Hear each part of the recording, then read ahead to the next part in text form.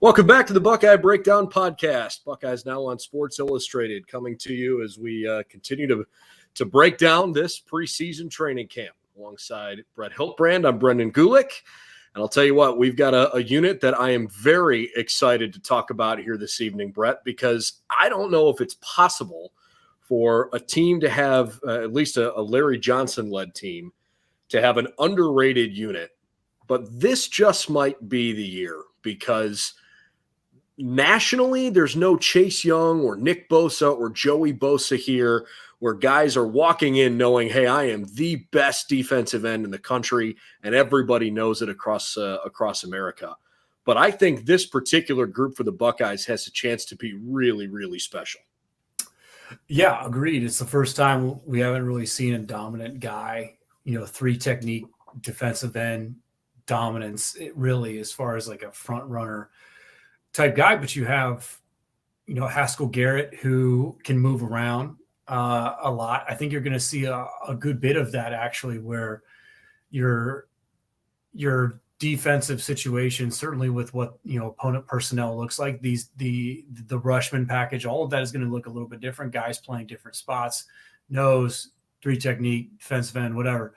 So because I think it's a little bit under the radar, I think that's actually a good thing going forward for these guys, and what that means as far as like how teams kind of game plan against them when you know that you don't necessarily have to eliminate half the field because of one guy. Now you might have to account for everyone, and that's a good thing. The Buckeyes probably were aiming to have 4 veteran defensive ends coming into the season. And unfortunately, the big news, if you want to look at it that way, in camp, Tyler Friday is injured. It sounds like he's going to be out for most of the season, if not all of the season. Details of his injury haven't been and probably won't be released unless Tyler decides to make it public. But Ryan Day gave us the impression that he's not going to be part of the mix this year, and that's obviously disappointing. But Zach Harrison and Tyreek Smith and Javonte Jean-Baptiste certainly seem like 3 guys, especially the first 2 in that group, maybe a little bit more predictable as guys you expect to have big years.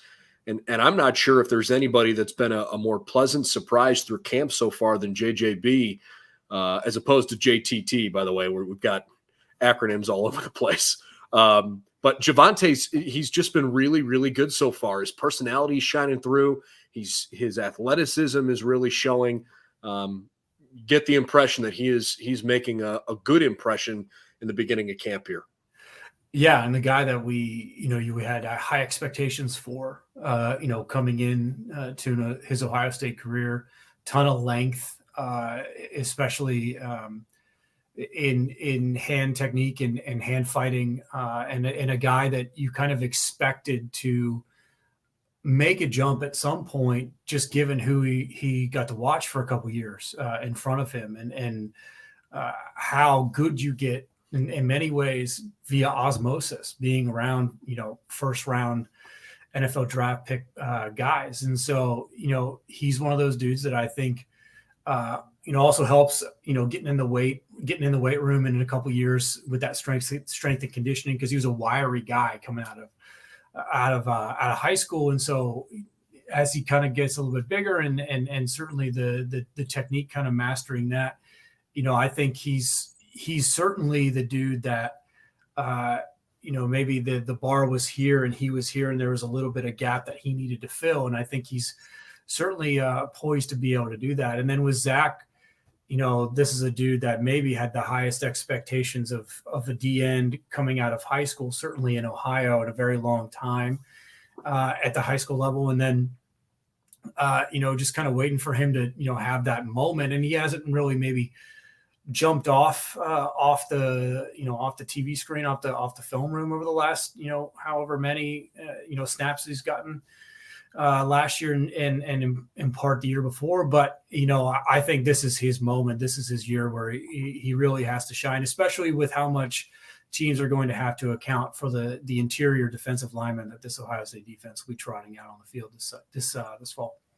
I think of the returning defensive ends that you're expecting a lot from, I think I'm most excited to see the step forward that Tyreek Smith can make, simply because he's just had an injury-riddled career so far. But kind of to your point, the ceiling is really, really high. And, they're all the reason in the world right now to think that he's in as good a spot as he's been in since he was a Buckeye. So I think there are some pretty lofty expectations for Tyreek Smith this year. But go ahead. You look like you want to. No, I'm really curious to see what it's like when he's on the field for more than maybe like a snap a series, or coming in kind of a platoon role, right, where he's getting consistent runs and being able to pin his ears back on third down, as opposed to, the last couple seasons was a little bit hurt, comes in situationally or doesn't get a ton of, a ton of snaps and being able to kind of get into a rhythm. So I think he's one of those guys that we're probably watching maybe with the most interest as far as what does he look like when he's getting out, on the field for, 20, 30 snaps a game. It's easy to look on the outside because historically the Buckeyes have been so good here under Larry Johnson, especially this last, 5, 6, 7, 8 years. Yeah. But to your earlier point, the interior of the defensive line last year, I think, was probably the biggest question mark going into the season. You trusted that there was some talent. You really weren't sure how that was going to manifest itself. Obviously, Tommy Togiai turns out to be an NFL caliber interior lineman. Haskell Garrett certainly seems like he's headed in that same direction. He's back. Togiai obviously now playing for the Cleveland Browns. Teron Vincent has never been healthier as a Buckeye. He's got a chance to have a really, really good year. Antoine Jackson, a big body, a guy I think could have a solid season. And Jaron Cage has certainly found himself in the mix in camp so far. So while maybe the speed rushers on the outside tend to get a lot of love right now, I'm really excited to watch the interior of this line because they can make it pretty tough to run the football.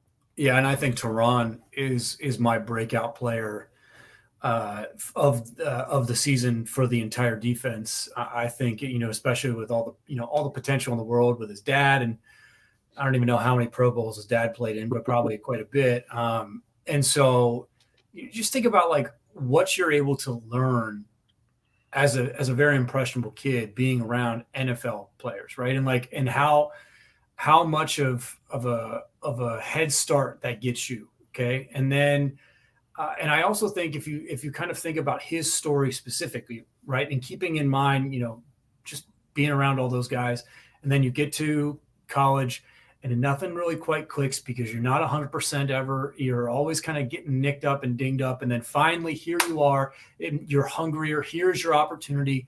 Go out and seize it. And I think he is especially the guy that I have my eye on for this year on the defensive side of the ball. I think he's one of those dudes that will turn heads and make plays in a position that is not the most maybe glamorous position, certainly on the defensive side of the ball, and almost definitely specifically at D-line. But he's my breakout player, I think, for this season. I think he's going to be a special guy this season for Ohio State.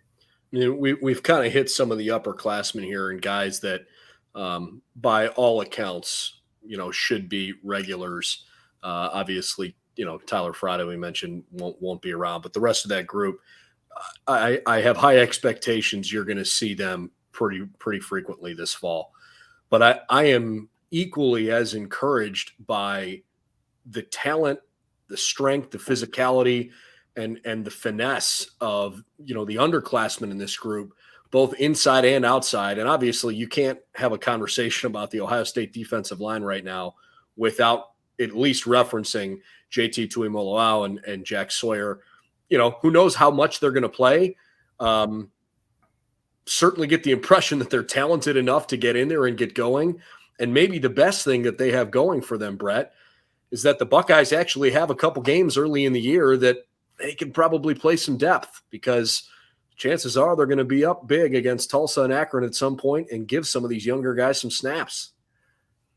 Yeah, for sure. Right. And, kind of talking about, speaking of guys who have undergone a body transformation, right? Like what Jack Sawyer looked like coming out of Pickerington North in Columbus out of high school, where he played quarterback for stretches for the Panthers in his final year because of injuries, what they had that season.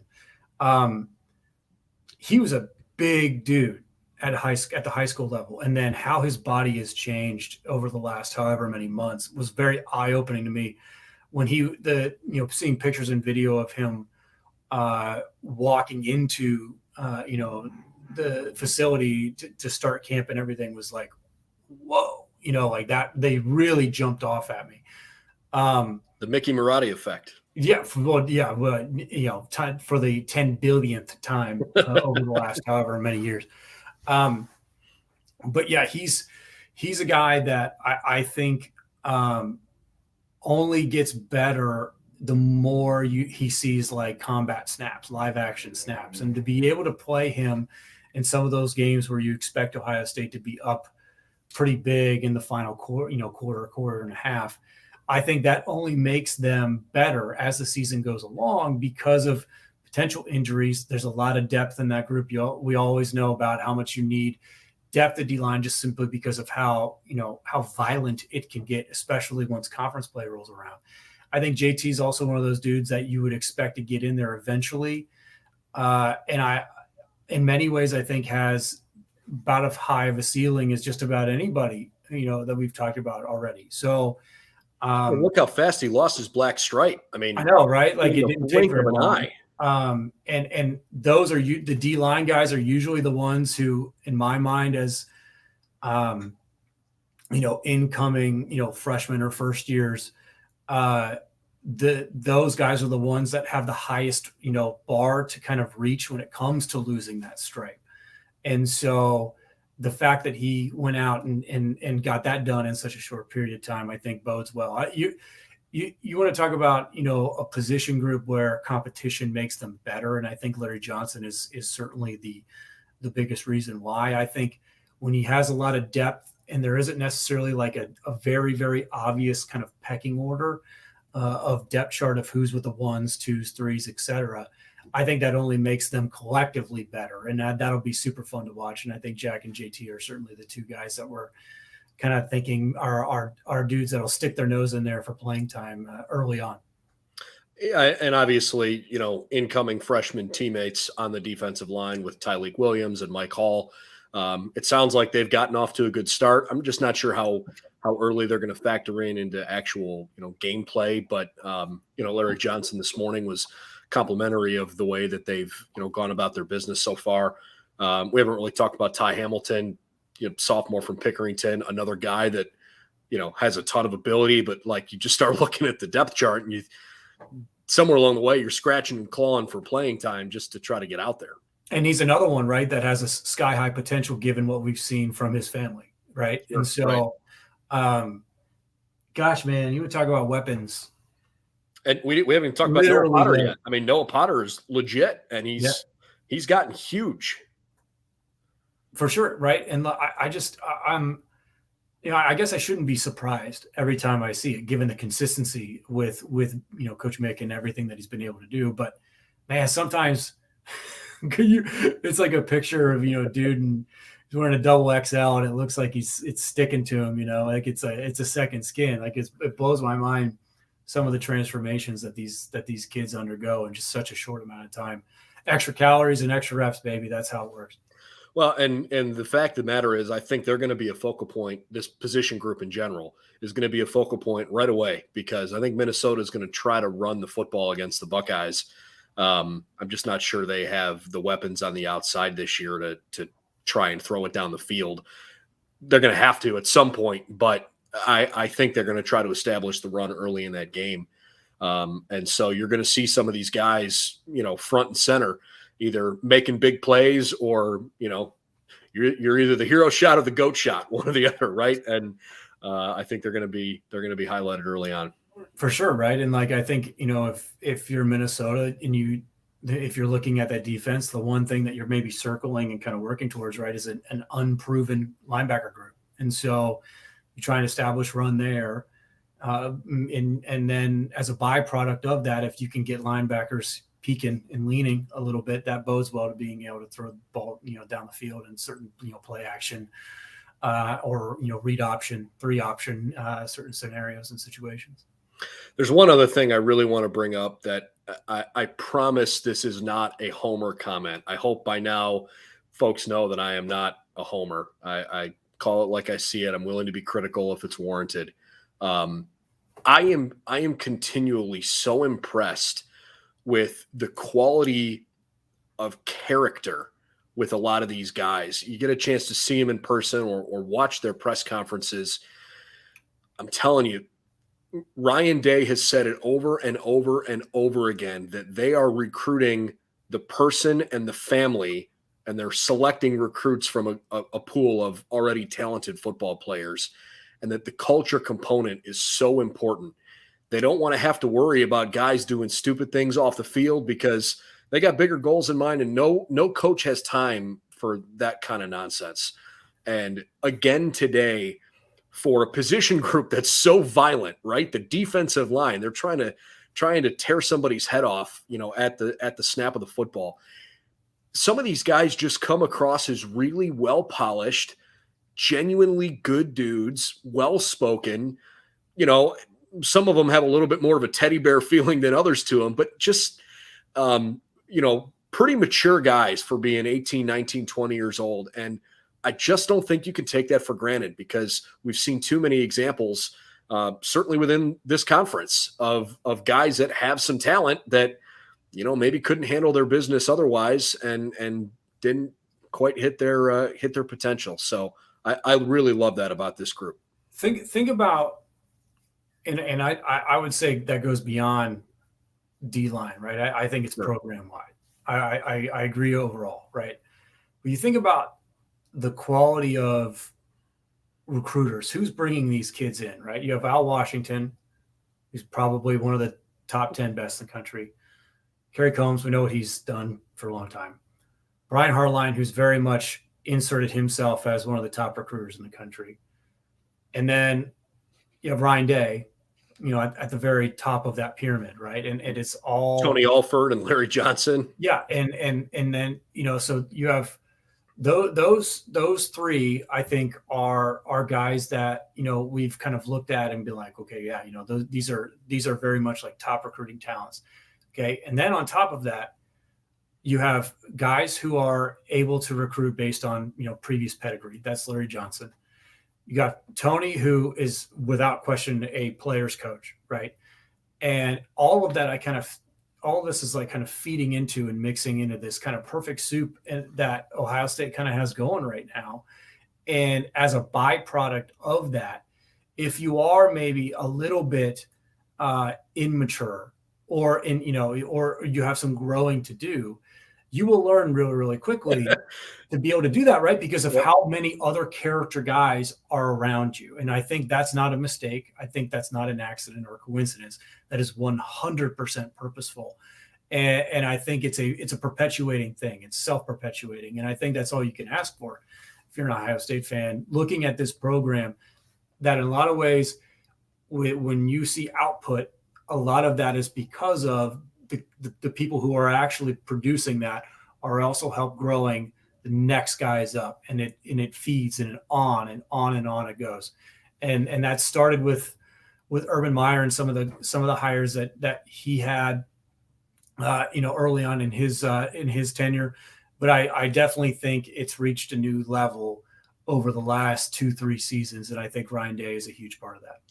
And I just think as a fan, it makes it that much more fun to root for a team that you genuinely feel good about the guys on the team. It's about the team, it's about the school, it's about the program and the brand, right? But at the end of the day, when you're rooting for guys that are representing that are just easy, good dudes to root for, it makes you feel good as a fan. You feel more emotionally invested in the outcome of games and the potential for a team. Is this team going to win the national championship this year? I don't know. I think it's way, way too early to figure that out. But I can tell you they certainly have a boatload of talent and guys that, are leaning into the brotherhood. This is another really, really good team. Well, and winning helps, right? Sure, And of course. I think winning is in many ways the reason why I think a lot of fans feel this way, because you have nice guys, and then you go, you're just over 500, Iowa. You know, everyone like, we got great guys, but we stink.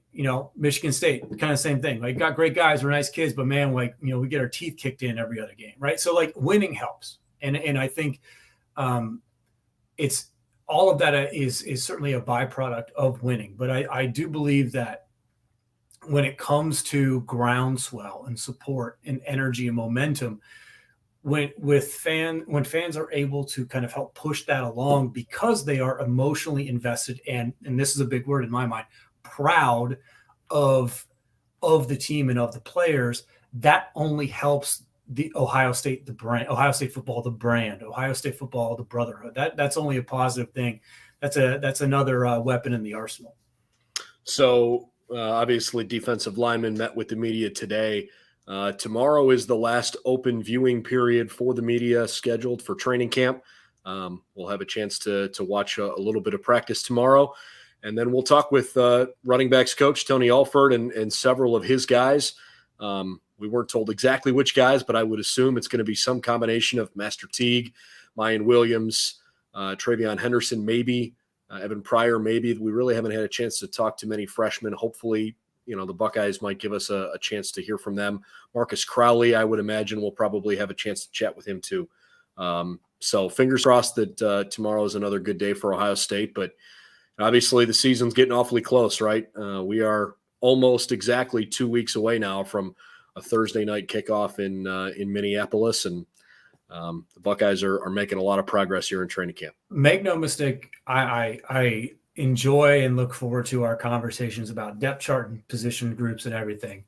I'm also a little tired of it, right? I'm ready to talk about games. I'm ready to talk about scenario, situational football, and everything that goes along with that, and seeing this team hit a different group of guys wearing different jerseys. I think that's exciting. Ready to go. It's right around the corner for sure.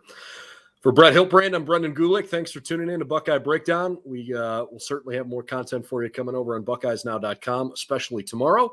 And we'll try to give you the latest updates from practice as best we can when we're allowed to release those. In the meantime, you can find our podcast wherever you like to find your podcasts. It's on Apple. It's on Spotify. It's in Pandora. It's in a lot of different places. So hopefully you'll catch our podcast there. And if you're not already, please subscribe to our YouTube channel. We'd really appreciate the support if you're willing to do that. See you real soon. The Buckeyes back at it tomorrow. It'll be in just a couple hours here when it's officially tomorrow. 15 days from kickoff. Ohio State, Minnesota, just around the corner.